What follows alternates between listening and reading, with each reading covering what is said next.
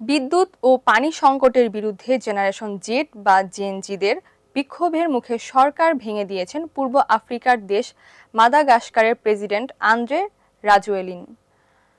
সোমবার ২৯ সেপ্টেম্বর টেলিভিশনে দেওয়া এক ভাষণে তিনি এ ঘোষণা দেন। বিস্তারিত থাকছে ডেস্ক রিপোর্টে। বিদ্যুৎ ও পানি সংকটের বিরুদ্ধে জেনারেশন জেড বা জেনজিদের বিক্ষোভের মুখে সরকার ভেঙে দিয়েছেন পূর্ব আফ্রিকার দেশ মাদাগাস্কারের প্রেসিডেন্ট আন্দ্রে রাজোয়েলিনা।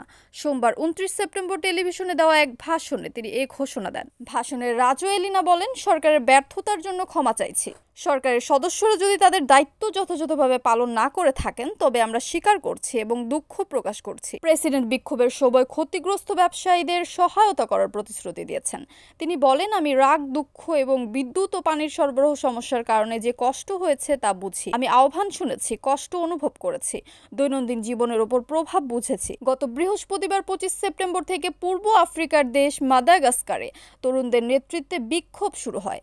জেনজি নামে পরিচিত ওই বিক্ষোভ রাজধানী আন্তানানারিভো থেকে শুরু হলেও ধীরে ধীরে ৮টি শহরে ছড়িয়ে পড়ে। গত বিদ্যুৎ জ্বালানি মন্ত্রীকে দায়িত্ব পালনে ব্যর্থতার অভিযোগে বরখাস্ত করেছিলেন প্রেসিডেন্ট রাজোয়েলিনা, কিন্তু বিক্ষোভকারীরা প্রেসিডেন্ট ও তার পুরো সরকারকে পদত্যাগের দাবি তোলেন।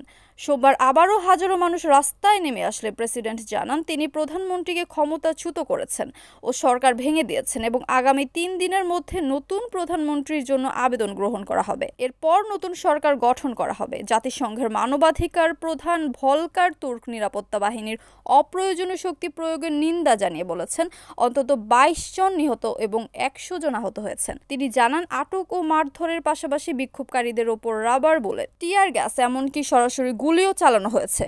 বিশেষজ্ঞরা বলছেন, ২০২৩ সালে তৃতীয়বার নির্বাচিত হওয়ার পর প্রেসিডেন্ট রাজোয়েলিনার এই আন্দোলন সবচেয়ে গুরুতর চ্যালেঞ্জ হয়ে দাঁড়িয়েছে।